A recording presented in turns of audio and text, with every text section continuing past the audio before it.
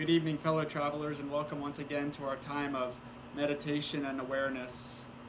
We're already at session number 11 today. And we're moving into continuing our section of reaching out from Henry Nouwen's book, A Movement from a Human Life into a Spiritual Life. If you remember last time when we left off, we were at movement number 1, which is from moving from loneliness to solitude. So if you missed that video, it's meditative prayer number 10 on my YouTube page. Check that out, or if you'd like to watch it again to familiarize yourself, I encourage you to do that. Today with session 11, we move to that second stage of making a transition from hostility to hospitality.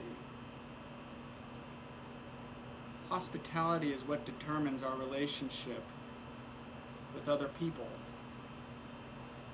And sometimes we wonder in our day and age how we can be hospitable to others when we're quick to point fingers or to blame. We're quick to distrust the stranger, and that general me-first attitude that we all hold from time to time. We wonder why we stay in hostility. But we're also mindful, I think, when we stop and think and become aware, also mindful that if we are to stay in that hostile mentality, if we are to dwell all the time in hostility, we know it's unhealthy and dangerous. Certainly not the way God created us to be, dwelling always in hostility. So let's begin that practice of moving from hostility to hospitality today. We prepare for our meditative time. We'll light our candle and work on our breathing techniques. Let's focus on our breath, in through the nose and out through the nose if you prefer. That's what I like. Let's breathe in through the nose 1 count and out 1 count. In through the nose 2 counts and out 2 counts, and we'll do that all the way up to 5 to set us in the right awareness state for our text.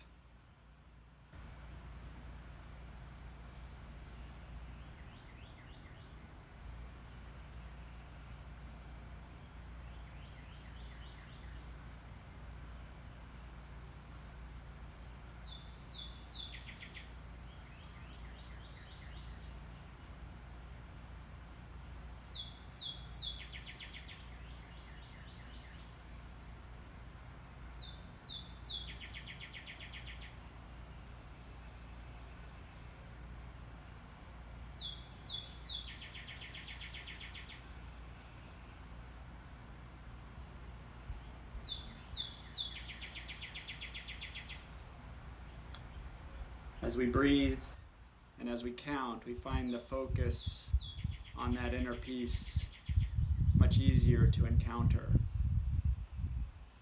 So let us read now Genesis chapter 18, verses 1 through 15.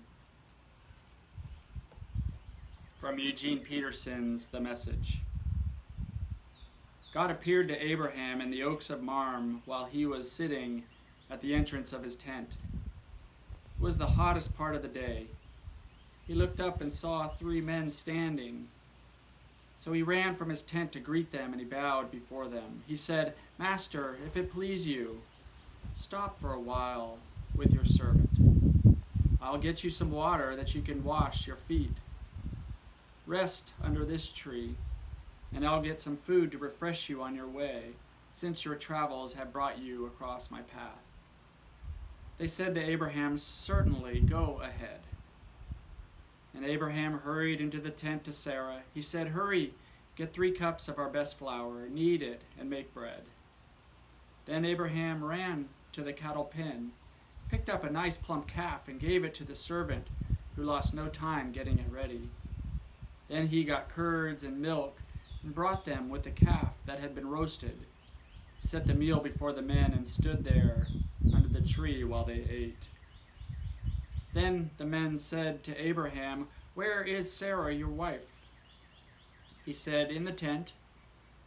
One of them replied, "I'm coming back about this time next year. When I arrive, your wife Sarah will have a son." Now Sarah was listening at the tent opening just behind the man. Abraham and Sarah were old by this time, very old. Sarah was far past the age of having babies. Sarah laughed within herself. "An old woman like me, get pregnant with this old man of a husband?" God said to Abraham, "Why did Sarah laugh, saying, 'Me, have a baby, an old woman like me? Is anything too hard for God?' I'll be back about this time next year, and Sarah will have a baby." Sarah then lied. She said, "I didn't laugh," because she was afraid. But God said, "Yes, you did. You laughed." Hospitality, truly one of the most deep and rich teachings of the Bible, meant to deepen our relationship with one another and, of course, with God. Today, we move to understand that hospitality creates free space where strangers can enter in, be comfortable, be themselves, not have to change to be like us. But they enter in this free space and perhaps will become a friend. Let us read now a short section from Henry Nouwen's text. And I noticed my candle blew out.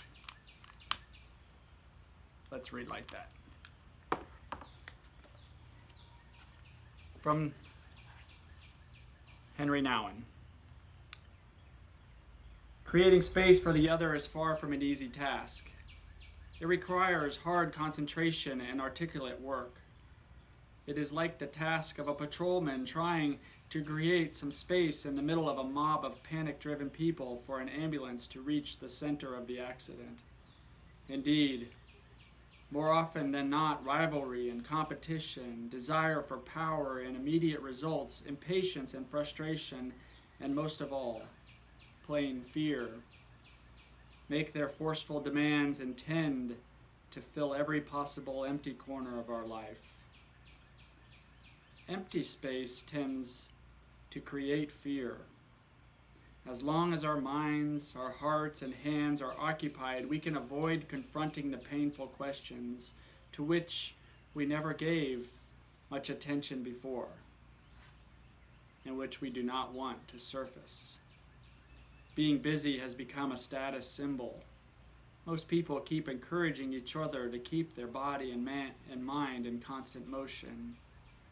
So from a distance, it appears that we try to keep each other filled with words and actions without tolerance for a moment of silence. Hosts often feel that they have to talk all the time to their guests and entertain them with things to do, places to see, people to visit. But by filling up every empty corner and occupying every empty time, their hospitality becomes more oppressing than it does revealing.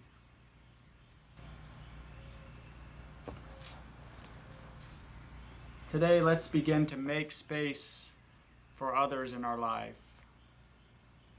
Let's begin to take time to look into people's eyes, acknowledge them as we cross paths. Let us also be mindful of the gift of being silent, to empty the busyness of life, to let go of the burdens upon us that we have no control over, and to truly see Christ inside the person we have yet to know. May you feel the joy of Christ's presence in your life. May this candle that burns brightly shine in your heart. And may you have health and peace. Until next time, dear friends, enjoy.